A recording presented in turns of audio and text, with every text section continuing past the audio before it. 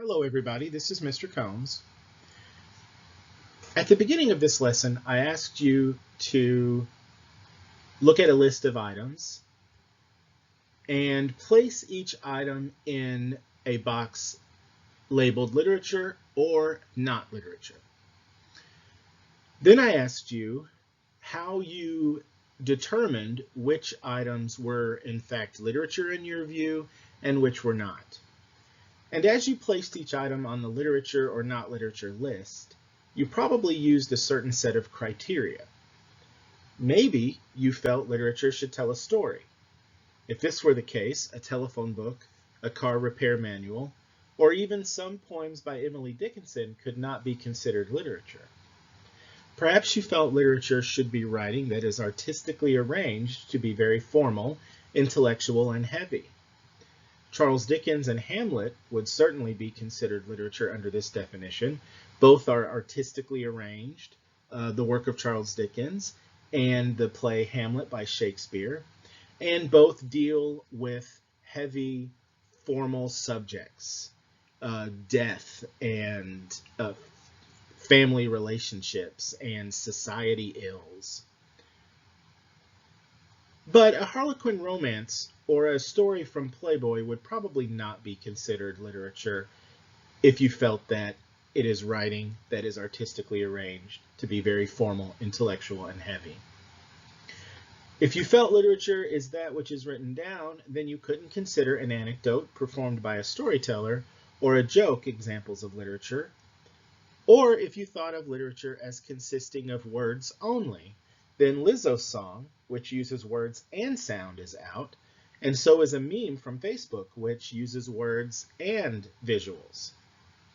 The point is, literature is difficult to define. Furthermore, the definition of literature is constantly evolving. If you are unsure about how to categorize some of the items, you are not alone. Scholars and teachers of literature often disagree about its definition and the types of writing, speaking, singing, or visuals that should be able to carry the literature label. Many scholars and teachers use technical factors to define literature, stating that it tends to feature invented characters and places, make systematic use of certain techniques, such as narrative point of view or rhyme schemes, and follow certain conventional structures. For these people, a work can be called literature as long as it successfully follows certain guidelines agreed upon as characteristic of the different literary forms. In other words, a novel can be called literature because it has plot, characters, setting, etc. Likewise, a comic book might also be called literature because it contains those elements as well. Other scholars and teachers use aesthetic or value-based factors to define literature. They prefer to judge a piece of writing based on how well it exemplifies ideas such as morality, beauty, or truth. For people who define literature aesthetically, the writing itself must be especially memorable, and it must connect with many people over a period of time. For example, a novel by Jane Austen and a Harlequin romance both adhere to the conventions of the love story, but the Harlequin romance is not as artistically and skillfully written as a novel by Austen.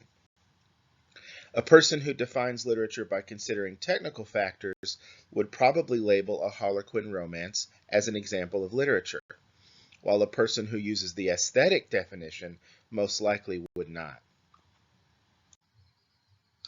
Edgar Roberts and Henry Jacobs provide a pretty good working definition of literature.